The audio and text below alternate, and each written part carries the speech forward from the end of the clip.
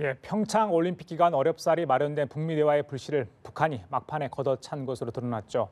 내일 트럼프 대통령의 장녀 이방카가 방한할 예정인 가운데 북한이 올림픽 폐막 행사 참석을 위해 김영철 노동당 부위원장을 단장을 하는 고위급 대표단을 25일부터 2박 3일 일정으로 파견하겠다고 통보해 왔습니다.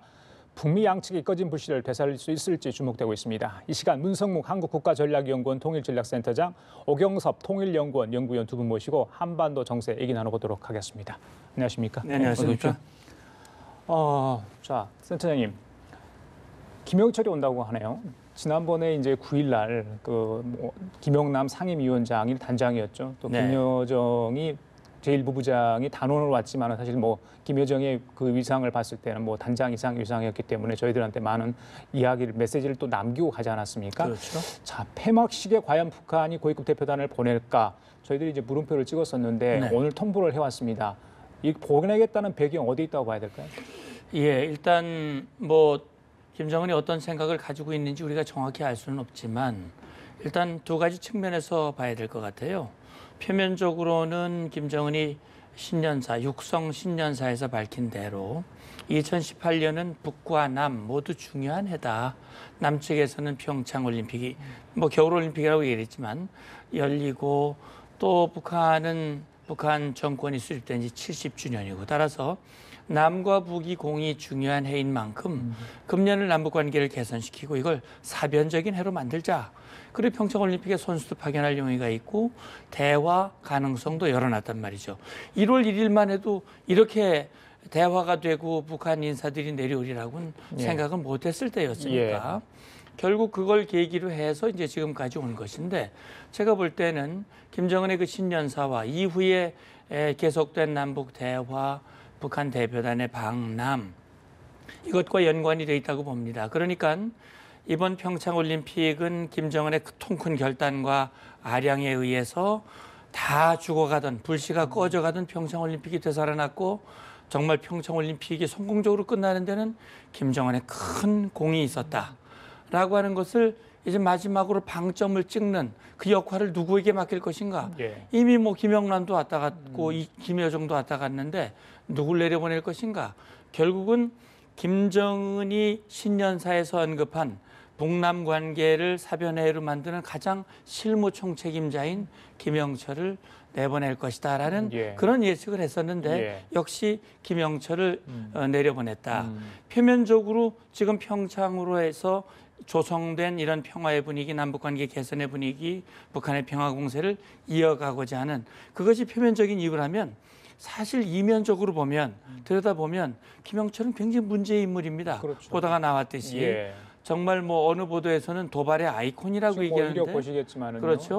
지금 보시는 바와 같이 북한은 이미 이 김영철은 제재 대상이에요. 미국, 대한민국, 유엔 제재 대상인 동시에 그렇게 제재가 된 것은 결국 천안함 피격, 연평도 포격 도발, 또 2년의 목함 지뢰 도발, 또 그동안 여러 번 있었던 사이버 테러. 그것이 북한의 정찰총국이라고 하는 것이 주도를 했고 그 정찰총국의 책임자가 김영철이었습니다. 그런데 더 우리가 주목해 볼 부분은 김영철은 그렇게 도발도 했던 인물이고 대화도 했던 인물이에요. 북한의 그런 전형적인 이중 전략을 직접 몸으로 실천했던 그런 인물이라고 하는 점에서 지금 우리 국민들, 국제사회, 미국 굉장히 우려의 표정으로 보고 있고 결국은 이면적으로는 남남 갈등, 한미 간 제재 공조조선의 이완 그런 것들을 염두에 둔 조치일 가능성이 있다. 저는 그렇게 봅니다. 자, 오 의원님 궁금한 게요. 이 김영철을 내려보낸다는 이런 결정이 언제쯤 이루어졌을까요? 이 김여정이 이제 9일날 왔는데 돌아가서 그 귀환 보고를 했지 않습니까? 그래서 이제 김정은이 굉장히 치하를 했던 장면들을 저희 볼 수 있었거든요.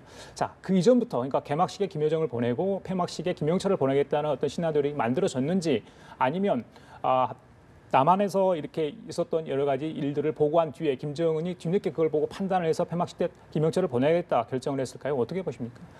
일단 두 가지 가능성도 다 있다고 봅니다. 왜냐하면 김정은이 신년사에서 올해 남북관계 개선을 하겠다 예고를 했습니다. 그리고 실제 평창 동계올림픽에 대표단을 파견하겠다고 얘기를 했고요. 그리고 남북 고위급을 회담을 하자 이렇게 얘기를 했습니다. 그리고 그 후에 굉장히 일사천리로 남북 대화가 진행이 됐고 예. 대표단 파견, 선수단 파견, 응원단 파견 이렇게 이루어졌습니다. 개막식 파견됐고 폐막식 파견됐습니다.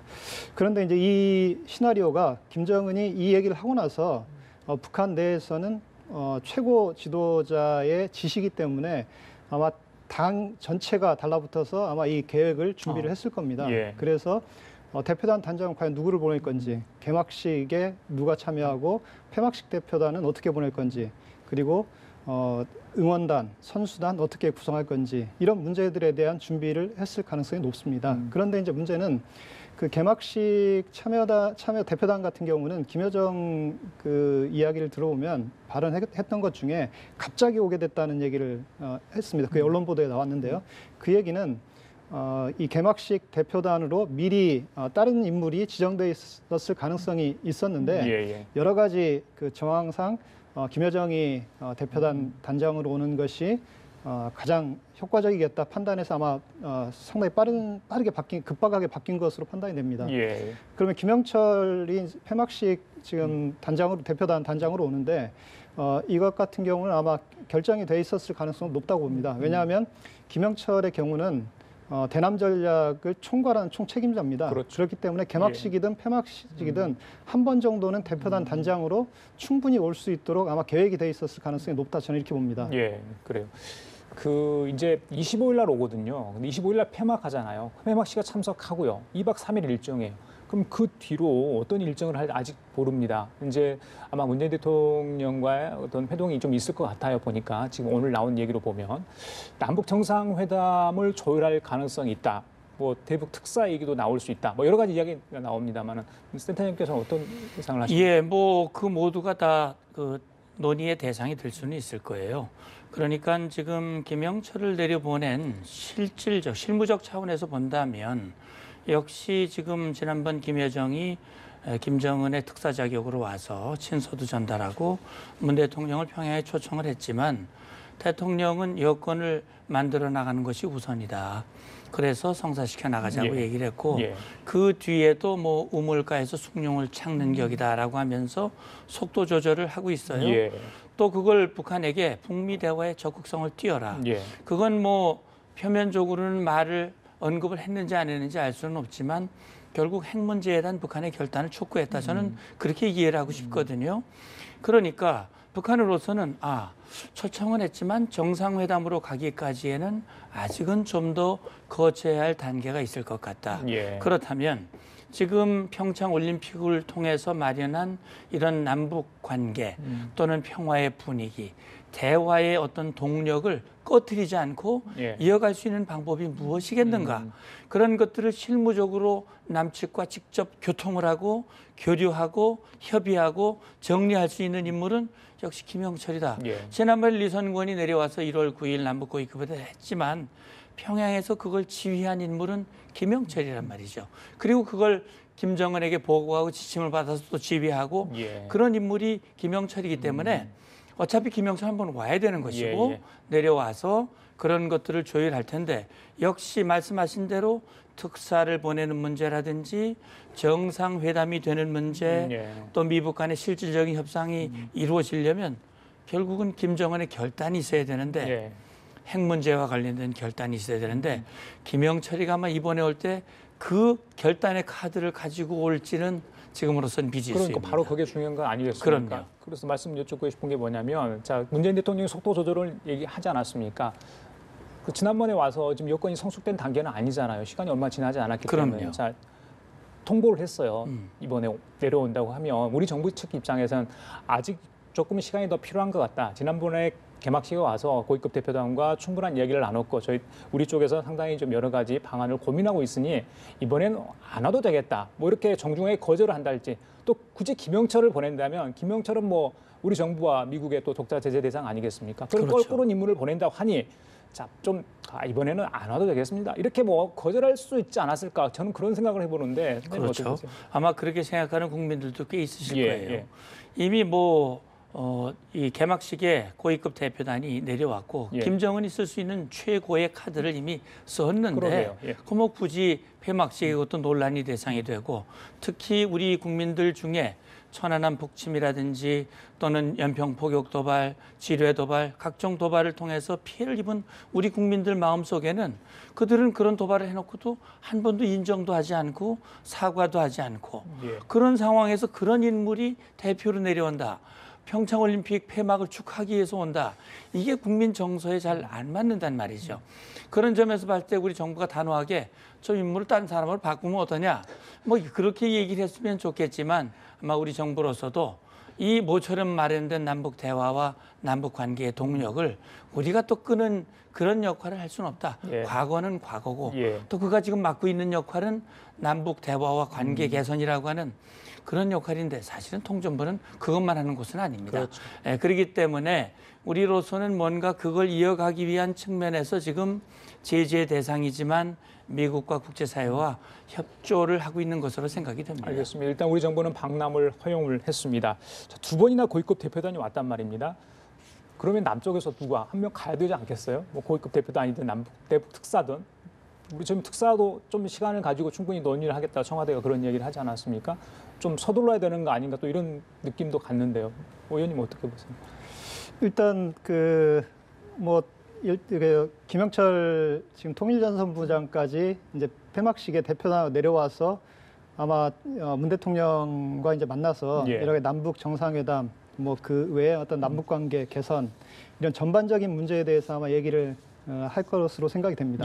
그렇기 때문에 당연히 우리 쪽에서도 북한 쪽에 향후에 남북 정상회담이나 남북 관계 개선을 위해서는 뭐 고위급 어떤 회담을 하든가 아니면 또 대북 특사 파견을 통해서 현재 남북 관계를 개선하기 위해서 가장 중대한 문제가 무엇인가에 대해서 북한과 이 허심탄회하게 이야기할 필요가 있다고 봅니다. 그것은 북한도 알고 우리도 알고 있는 문제인 것처럼 당연히 북한의 비핵화 문제에 대해서 북한의 입장이 뭐냐.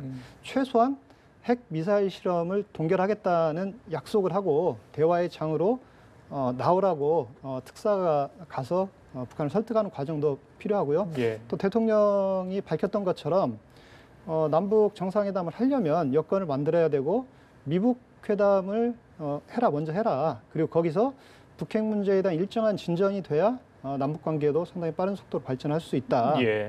이미 그렇게 얘기를 했기 때문에 아마 대북 특사가 가서 그런 어떤 우리 대통령의 의중을 북한에 전달하고 그리고 이 남북 관계가 이렇게 어떤 이 왔다 갔다 하고 만나고 이런 것도 중요하지만 실질적인 합의할 내용 이런 어떤 성과를 내는 것 이런 것이 중요하다는 것에 대해서 북한 쪽에 충분히 설명하는 과정이 필요하다고 봅니다. 그 우연인지 모르겠습니다만은 지난 이제 9일 날 그 고위급 대표단과 펜스 부통령과의 어떤 접촉, 그러니까 비밀 접촉이 성사될 뻔했는데 북한이 2시간 전에 취소를 해서 불발되지 않았습니까?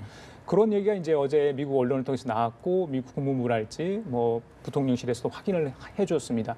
그런데 이제 바로 이제 김영철을 내려보내기로 했단 말입니다. 그때 펜스 부통령하고 고위급 대표단의 접촉이 불발됐는데 자 이번에는 과연 그렇다면 김영철과 어떤 북미 접촉이 이루어질 건가? 그런데 그 대상이 있어야 되는데 이방카가 오거든요.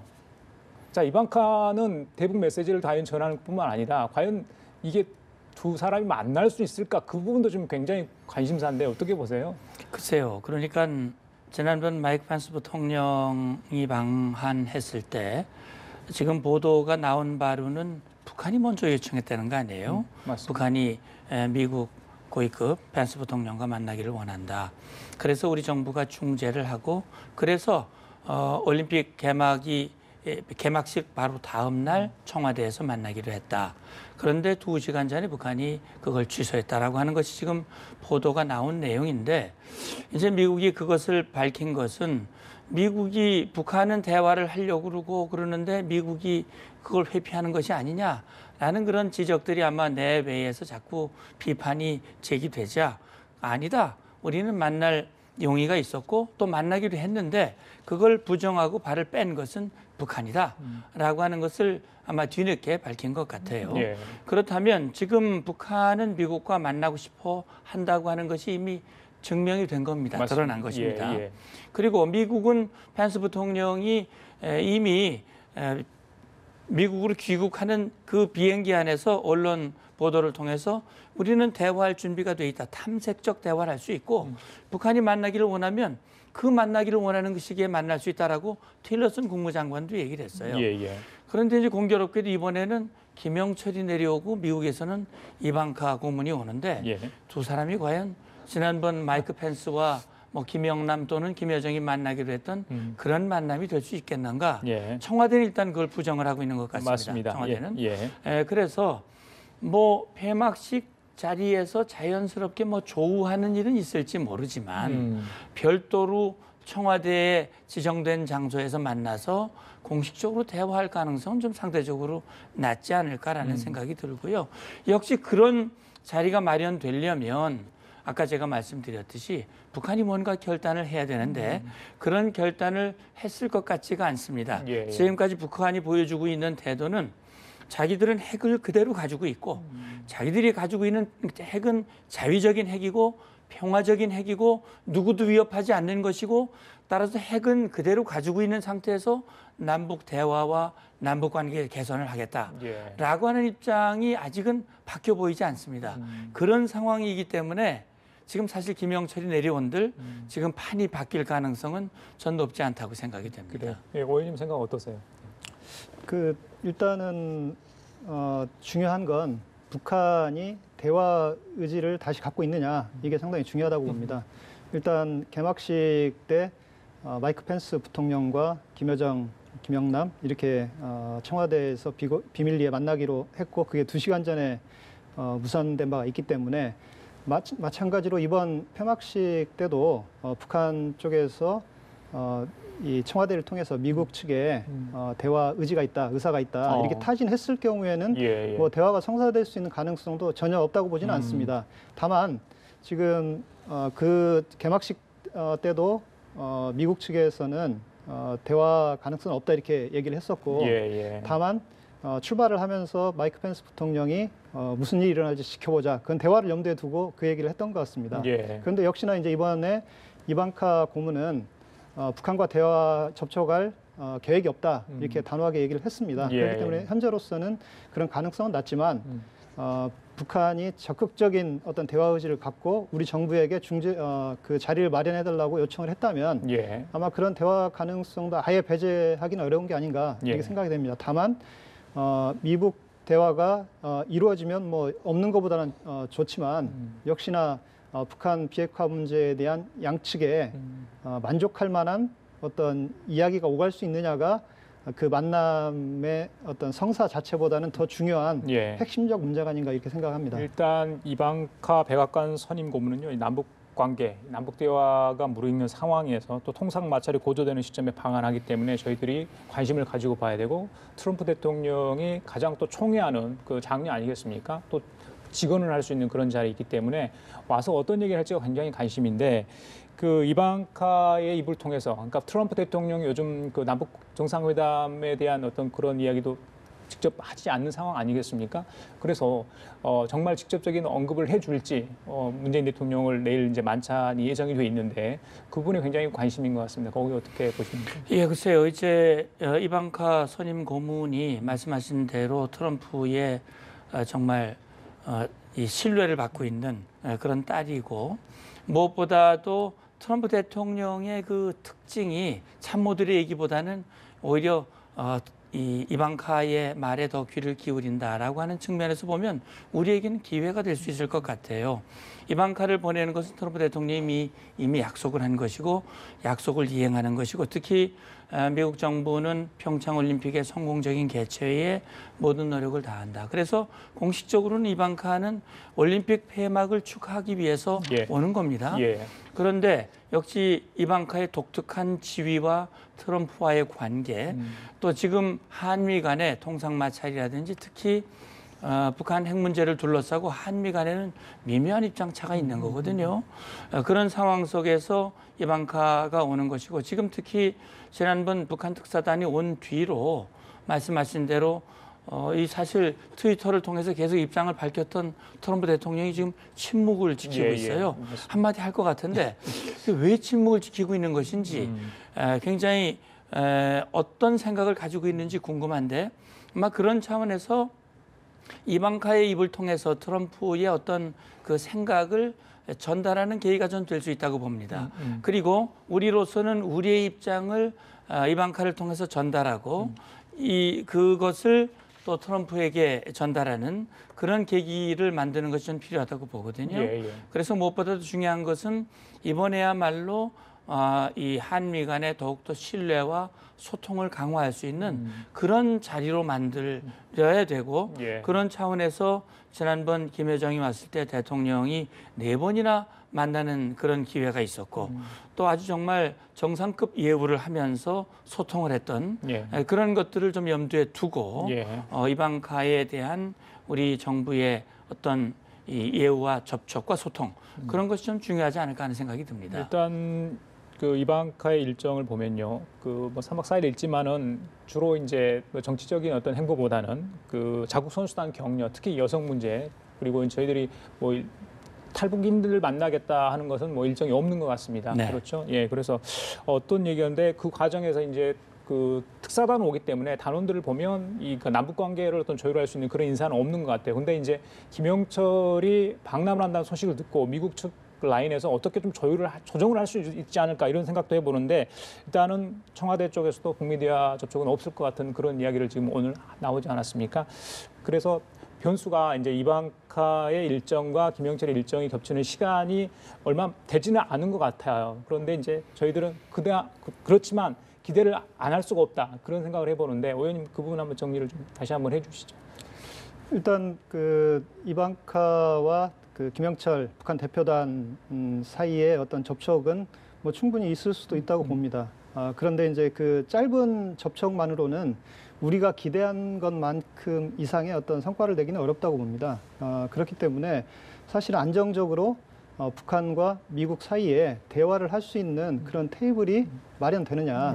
다만 뭐 30분 정도라도 핵심 현안에 대해서 서로 의견을 생각을 들어보고 거기에 대해 서로 생각을 전달하는 이런 만남의 자리가 만들어질 수 있느냐 가장 중요한데 그렇게 되기는 상당히 현재로서는 현재까지 지금 그 나와 있는 양측의 일정 또 우리 정부의 입장을 보면 현재까지는 그런 대화의 자리가 마련되지는 않은 것으로 생각이 됩니다. 그래서 상당히 우리가 기대하는 것만큼의 어떤 성과가 나기는 좀 어렵지 않을까 생각을 합니다. 선생님 예전에 저기 군사회담 나가셨을 때 김영철이 직접 대면해 보셨나요? 김영철하고 뭐 여러 차례 직접 협상을 했었죠. 그렇죠. 어떤 인물로 느끼셨어요? 김영철은 이미 보도가 나온 대로 1990년대 초 남북 총리들이 만난 고위급 회담 8번 있었죠. 그 회담 때 북측 7명 대표 중에 한 명이었습니다. 그때는 별 하나 북한군 계급으로 소장이었고 그때 김영철의 직책이 뭐였냐면 인민무력부 정찰국 정찰 부국장이었습니다. 어떻게 보면 대남 공작 이런 조직의 부국장이었고 그때부터 지금까지 대남 라인에 포진을 하고 있으면서 대화와 공작, 도발을 같이 겸임하는 인물인데 제가 볼 때는 굉장히 이 머리가 좋아 보이고요. 아주 달변입니다. 그다음에 임기응변이 능하고 그다음에 목표를 달성하기 위해서는 수단과 방법을 가리지 않습니다. 굉장히 힘드셨겠네요. 그러니까 회담을 할 때 뭐 협박을 하고 뭐 막 고성을 지르고 난리치다가도 뭐 어떤 때는 막 자세를 낮춰가지고 사정하는 그런 입장으로 또 전환하기도 하고 아마 그런 능수능란함 때문에 김일성 시대로부터 김정일을 거쳐서 김정은 시대 3대에 걸쳐서 신뢰를 받고 중용되고 있는 아주 몇 되지 않는 그런 인물이라고 볼 수 있어요. 그런 차원에서 김영철 같은 경우는 2013년에 이 정전협정 백지화 선언을 할 때 북한군을 대표해서 나와가지고 정전협정을 백지화한다. 지금부터 전쟁이다. 그걸 직접 나와서 한 인물이에요. 그래요? 그래서 제가 볼 때는 김영철이 통전부장, 김양건의 뒤를 이어서 통전부장이 됐을 때 우리 언론에서는 김영철은 대남 도발의 중심 인물이기 때문에 북한의 대남 정책은 강경일변도로 나갈 것이다. 이렇게 얘기를 했는데 그 말이 안 맞지 않습니까? 지금 뭐 얼마나 지금 어린 양 같은 모습으로 나와서 대화를 하고 대화와 교류를 확대하기 위한 그런 모습으로 이제 이번에 나타날 겁니다. 알겠습니다. 그런 차원에서 우리가 좀 주목하면서 이걸 또 우리의 기회로 만들어야겠죠. 이거 여쭤볼게요. 그 통전부가 북한 그러니까 대북 확성기도 통전부에서 관할을 합니까? 그러니까 대남 확성기죠. 이제 북측에서 보면. 그건 이제 통전부보다는 선전선동부 선동부 쪽의 소관이지만 예. 뭐 무관하지 않다고 봅니다. 그래요. 대남통이기 때문에. 지금 최근에 이런 남북 관계 분위기를 반영했는지 모르겠습니다만은 우리 쪽에는 이제 군 심리전단이 담당을 하는데 거기에 이제 김정은이라는 어떤 단어를 좀 빼서 계속해서 좀 유화적인 방송을 내보내고 있고 북측에서도 예전에 했던 그런 그러니까 대남 비판 방송을 자제하라고 있다 이런 소식이 전해지고 있거든요. 이런 것도 지금 그러니까 남북 관계를 그대로 정말 군사 분계선에서도 지금 보여지는 것 이렇게 저희들이 보면 될까요? 예, 그러니까 북한도 북한 매체를 통해서 우리 정부를 비판하고 뭐 우리 대통령에 대해서도 뭐 아주 심한 비판은 하지 않았지만 예. 비판했었거든요. 그런데 이제 남북 대화가 시작이 되고 평창올림픽이 시작되면서 그런 말은 사라져 버렸거든요. 우리 사의를 표현한다고 그러고 달라졌어요. 예. 우리 정부나 북측도 아마 지금 대화의 분위기와 무관하지 않다고 봅니다. 그런 일련의 행보들이. 다만 이제 우리 심리전 작전에서는 아마 지금 북한 주민들이 예. 북한 김정은은 사실상 사람이지만 북한에서는 신과 같은 존재고 또 최고 존엄이고 직접 이름을 거명하면서 비판을 했을 때 예. 심리전의 효과가 오히려 떨어지는 것이 아니냐라는 그런 비판을 염두에 둔 효과적인 작전 차원이다라고 얘기를 하는데 예. 역시 말씀하신 대로 지금 남북 관계의 기류와 무관하지 않을 것 같다라는 생각이 드는데 역시 이 심리전이라고 하는 것은 북한 주민, 북한 군인들에게 정확한 정보를 제공해주는 측면에서 상당히 북한 변화를 위한 순기능, 통로의 역할도 하고 있다라는 생각이 듭니다. 일각에서는 너무 좀 유화적으로 나가는 거 아니냐. 아직 북한이 이번에 열병식도 사실은 하지 않았습니까? 그리고 여전히 총칼을 하는 상황이 대치 상황인데 우리 북한을 말씀하신 것처럼 북한 주민들이랄지 또 북한 병사들을 굉장히 정신적으로 심리적으로 타격을 줄 수 있는 그런 장치 중에 하나인데 저걸 유화한 게 좀 잘못됐다기보다는 좀 앞서간 거 아니냐 이런 지적이 있던데 어떻게 보세요? 그런 지적이 우리 사회에서 일정하게 있을 수 있다고 생각합니다.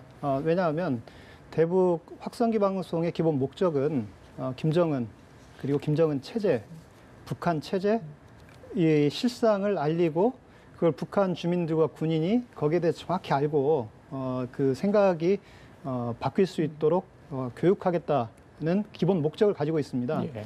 그렇기 때문에 우리가 그 대북 확성기 방송의 기본 컨텐츠에 김정은에 대한 비판이 들어갈 수밖에 없습니다. 그리고 그걸 일정하게 이 제어를 하면 상당히 이 대북 확성기 방송의 내용에 이 상당히 북한 체제나 북한 정권, 김정은 일가에 대한 비판 기능이 좀 약화될 수 있는 우려는 있다고 봅니다. 다만 정부가 남북 관계를 개선하기 위해서 불가피하게 이 북한 어떤 김정은 정권과 체제를 자극하지 않기 위해서 김정은이라는 이 최고 지도자를 명시적으로 비판하지 않아야겠다라고 하는 그 결정에 대해서는 뭐 충분히 공감이 가는 부분이 있습니다. 다만 그렇게 결정을 했다 하더라도 김정은을 적시하지 않더라도 북한 체제와 정권, 집권층, 고위 엘리트, 특권층들의 어떤 실상과 그 문제점에 대해서는 내용적으로 충분히 대북 확성기 방송을 통해서